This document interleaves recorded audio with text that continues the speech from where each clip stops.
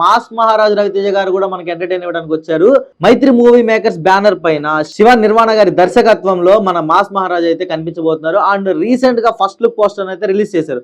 దాంట్లో అయ్యప్ప స్వామి దీక్ష తీసుకొని ఒక చిన్న పిల్లని ఎత్తుకొని నెత్తి మీద ఇరుముడు పెట్టుకొని చాలా అంటే చాలా బాగుంది పోస్టరు.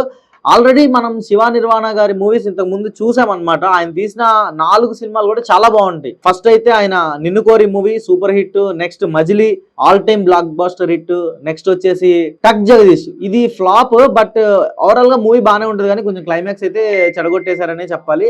దాని తర్వాత వచ్చిన ఖుషి అన్నమాట, విజయ్ దేవరకొండ ఇంకా సమంత గారి ఖుషి కూడా ఓకే, మరి అంత వరస్ట్ కేసు అయితే కాదనమాట. సో 4 సినిమాల తర్వాత 5వ సినిమా మాస్ మహారాజు గారితో ఇరుముడితో వస్తున్నారు. అండ్ దీనికి మ్యూజిక్ ఇస్తున్నారో తెలుసా, జీవి ప్రకాష్ గారు. మన తెలుగు ఇండస్ట్రీలో చాలా మంచి మంచి మ్యూజిక్ డైరెక్టర్స్ ఉన్నారు, కానీ శివ నిర్వాణ గారు తమిళనాడు నుంచి మళ్ళీ జీవి ప్రకాష్ గారిని తీసుకోవడం జరుగుతుంది. జీవి ప్రకాష్ గారు ఇచ్చిన మ్యూజిక్ గురించి సపరేట్ గా మనం చెప్పాల్సిన అవసరం అయితే లేదు, ప్రీవియస్ ఆల్రెడీ మనం చూసాము.